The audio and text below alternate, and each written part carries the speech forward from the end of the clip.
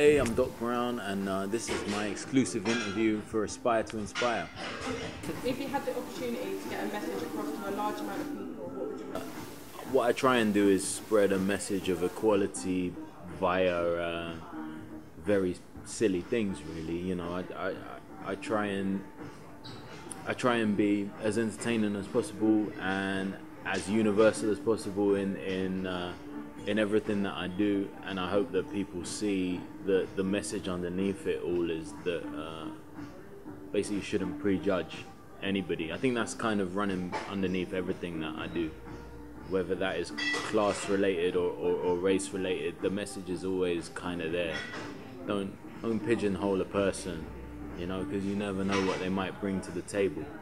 And I think a lot of my career has been based on the element of surprise, things that people don't expect me to do, and I do them anyway. So yeah, I try and put that message in there. Just try not to be boring about it, because I think it's easy to just have a serious message and be really boring, and then no one cares. Whereas I got a lot of kids who they listen to me, you know. So I try and be responsible but irresponsible with it, so that it's kind of entertaining. If you weren't an artist/comedian, what would you be doing? I'd probably be a youth worker still. Like, when I look at that job, I don't look at it like, oh, I used to stack shelves at Tesco and then I became an actor or a comedian or whatever. No, I look at my job with a lot of fondness, because it worked really well with what I was trying to do artistically, you know. I really enjoyed youth work, and then when I got deeper into music, I just combined the two, and I started running songwriting workshops and whatnot with kids. And I think if everything I'm doing now went tits up tonight, I would just go back to it tomorrow. It's like a worthwhile job, and it's fun. Do you know what I mean? And for me, young people, teenagers especially, they just got the most imagination. They really they're not tied down to what the world tells you have to do. They don't care about that stuff, because they still got that raw energy. So they're the best people to work with. And you know, just before I started working professionally in comedy and whatnot, I was working with young offenders, Feltham and Southwark Council and Lambeth Council, and that was the hardest stuff I've ever done, you know, working with kids who've gone to prison for knife crimes and whatnot, and just trying to get to the bottom of what they were about. And when I look back on it, I think it's fascinating, because even though I met people who were genuinely the rest of the world would just call them straight up criminals, they kind of all knew what they did was wrong, and there was more to them than just that, but they existed in a world, I think, where they didn't see any other alternatives. And I'm glad I saw all of that stuff. I'm glad I experienced all that stuff, because I think it's kind of tucked in behind everything I do in showbiz, you know. I haven't forgotten at all. I'm very philosophical about my existence as a celebrity or whatnot. I take it all with a pinch of salt, because I didn't become famous when I was 18 years old. I was 30 years old, you know, and I already lived a whole life. So I've never been as fascinated by actors or comics or musicians or anybody in the public eye as I am by the kids that I used to work with and the kids that I'm around now. What are keeps you motivated and inspires you? I think it's partly the need to make a living on a very base level. I need to make money. I got kids to feed. I got mortgages to pay. I'm very driven in terms of just making a living, and I want to make a living doing the things that I love. So that keeps me going. But then at the same time, you see people in your in your world, whether it's other comedians or other rappers or other actors, and they do their job really well, and it makes you think, I wanna make sure I'm on that level. And to be on that level, you gotta keep working at it. You gotta keep practicing, and you can't rest. Do you know what I'm saying? You got to constantly just be if I'm gonna be the best, I've just got to stick at it. I've got to like keep going. Like you can never be satisfied. So I think that keeps me going a lot. Like sometimes you see like one dude and he's amazing, and you just think, if I'm not as good as that, that's not good enough. So like that'll just spur you on. Sometimes it's the fear that makes you step up to the next level. What messages have I internalized through life? Okay, I mean that's quite an abstract question, but I think in terms of things that people have said that I've taken on board and held in my heart my whole life, I'd say is one of the big ones was when I first started doing comedy. I did a stand-up show in Edinburgh, and they wanted me to do 7 minutes of material, and at that time I didn't even have 7 minutes. I just had like maybe 5 minutes of jokes, and then the rest like just hope it's funny kind of thing. Like I had nothing, and I was really nervous, and there were like some big names on the bill, and a comic called Stephen K. Amos, he came into the dressing room and he said, "Are you nervous?" I said, "Yeah, I'm real nervous. Like I've not really done like a crowd this big before, comedy and whatnot." And he said, "Just enjoy it." And I remember thinking, that is just what does that even mean? Like that's just such a shit piece of advice. Just enjoy it. Like, you know, you're a successful comedian, give me some advice. And that's all he said. And I went out there and I didn't enjoy it. I was just too nervous, you know. But looking back on it now, it's one of the best pieces of advice I've ever been given, because I think maybe at the time I didn't internalize it, but over the years I have done. And what it really means, I don't know whether he meant it or not, but what it really means to me is that as a performer, if you're enjoying what you're doing, then the audience enjoys it, because they can sort of sense your enjoyment, they sense your confidence, and they feel confident that whatever you're doing is going to be good. So everybody has a good time. Whereas if you go out there and you're a little bit unsure of yourself, people don't really buy your shit. They don't really buy you. They don't really believe that you're a proper performer, and it kills the whole vibe. Everybody's nervous and nothing goes well. So if you can find a way to enjoy what you're doing for a living, then other people will enjoy it. And I think it applies to everything, not just show business. It applies to all forms of business. You know, if you love your job, you really love it, and you enjoy getting up in the morning and going to do it, then you're gonna do it well, and other people are gonna want to be a part of it. It's like when you're single and you're really desperate for a relationship. This is maybe not the same for girls, but it's definitely how it is for boys. And then like the opposite sex, they can smell it on you. They can smell the desperation on you. You're just begging it a bit too hard. And then you get in a relationship and you're cool, you got your girl and you're settled and you're happy, you're having a great time together, you're really in love with each other, and then you go out to the club or to the pub or wherever, and girls are all over you. And in my mind, the only reason for that is that you're happy within yourself. You're really enjoying yourself. You're enjoying your life. You're not worried about any of that other stuff because you got a girl that you really love. But that confidence, that self-belief, and that enjoyment in your life, it's really attractive. It's like magnetic. Do you know what I'm saying?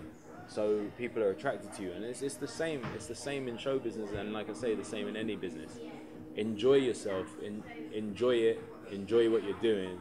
For me, is the most profound message I've ever internalized, I think. What is the most memorable experience of your career so far? The most memorable experience of my career so far, I mean, there's been a lot of high points, there's been a lot of low points, and believe it or not, the low points are probably more memorable than the high points, because you really feel it. Like when you're doing something that's amazing, like it is amazing in the moment, but like a few weeks later, you don't really talk about it. You don't really go up to people and go, "Oh, my life was complete last week because I did something so amazing." People don't want to hear that shit. Whereas like when something terrible happens, everybody wants to hear the story behind it. So you remember the bad things a lot more than the good things. But I think like the most incredible in terms of like positive, I think it would have to be when I used to work with Mark Ronson. We were in a band together and whatnot. We played a festival called Festival on the Isle of Wight, and at that time we had Lily Allen and Amy Winehouse in the band, and me and Amy had a couple of numbers that we did together, and I just thought she was amazing, like just incredible, like easily the best naturally talented musician I've ever worked with. But I think stepping out on stage with her at that gig in front of like 42,000 people on the Isle of Wight, I think just feeling that response from the crowd, I don't think I've ever experienced anything like that. It was amazing. I'll never forget that. What have I learned from that experience in particular? I don't know that I learned that much. I was bouncing off the adrenaline of that for days. But I mean, I guess if there's anything I have learned, it would be that kind of stuff doesn't happen to you every day. I guess there's some artists out there, especially musicians, who, you know, their everyday thing is performing in front of 40,000 people, but everything comes to an end eventually, you know. And in a weird way, in a perverse way, I'm kind of happy that was like a one-off experience for me, because if you get used to something like that, you look at footballers, and I know a few footballers, you know, if you do something that every single week or every day makes 40,000 strangers go crazy, which is how a footballer's life is, how do you replicate that energy? How do you keep that emotion going when it comes to an end? Money, for me, doesn't replace it. Like, if you're a footballer, you're earning millions. Like, even a crap footballer now is going to earn enough for their grandchildren to never have to work. But when people stop cheering for you, how do you replace that? Just being like a pundit on Sky Sports or whatever, it's not the same. So for me, I think if I learned anything, it's that was a special experience, a unique thing that may never happen again. If you can take that on board, then you can deal with the rest of your life. Like, I've never wanted to be that guy who's like, oh, this life is so special that like my mates or my family or whatever, you lot are boring because it's not as good as what I experienced on stage with Amy Winehouse. Like, I never wanted to be that guy. And I like to think I'm not that guy, because if you're perceptive, if you're open, and if you love human beings properly, like if you actually respect human beings, then you can have that moment, that Amy Winehouse 44,000 people moment in your own way every day in all walks of life. It's about the person that you are. If you covet, if you believe that there's a certain door to happiness, and that door has to have like £1 million written on it, or you know, your business achievement written on it, or fame written on it, then you haven't really worked it out. You haven't really clocked what life is about. Do you know what I mean? If you travel the world, you can see that there's people who've got nothing that are amazingly happy. How can that be? You know, it's everything is within you. It's already there. Like the journey is incredible, but the end game, this idea that there's like this perfect moment of happiness or success that you can achieve, that doesn't exist. It's already in you. You just got to search within yourself to find it, and that can take a lifetime, or you might never find it. So I think if that moment taught me anything on the Isle of Wight, it's that is a fleeting moment. That's not my life complete. That's not the video game finished. Do you know what I'm saying? That's just a moment in time, and it's no more or less important than kissing a beautiful woman, or just having like a great shit that you've been waiting for all day long. You know, you don't really know the levels of importance because it's all within your life and your experience. It's other people that dictate these ideas of you got to do this, you got to do that before you're this age, before you're that, you got to achieve this, you got to make this much money. That's other people's opinions. Your own happiness is up to you. You know what I'm saying? So I think that was probably the one sort of real deep thing I got from that experience. How did you get started with your music? Well, same as anybody really. Like, I was just a kid. I wrote rhymes, and I didn't really know how to get them out there. So I just, like, I would rap with my friends, and then we'd start having like little ciphers and whatnot, and then there'd be little street battles just for money. And this is like the late 90s now. I'm talking like 98, 99, and people would just put up like a $5 or whatever, and we'd just battle for cash. And then I started hearing about like where they do it properly in clubs for like £200 and stuff like that. It's still a lot of money, but then like for a kid it was an extraordinary amount of money. So I started going down to those and entering those around about 2000. I was about 19 years old, 20 years old.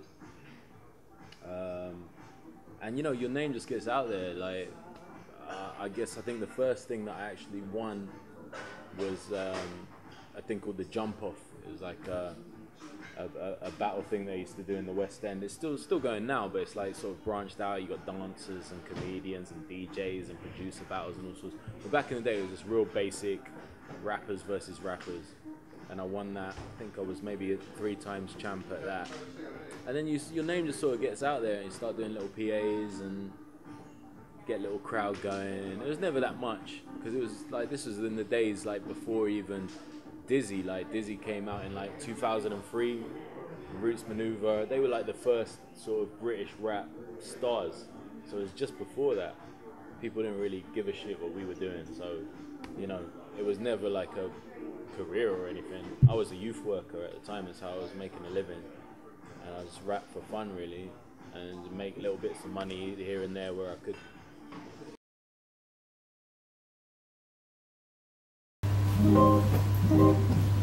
Let's go. Hey, it's Kieran Aline, and this is my Aspire to Inspire acoustic session. This is my track Comfortable, taken from my debut EP, Breaking Good.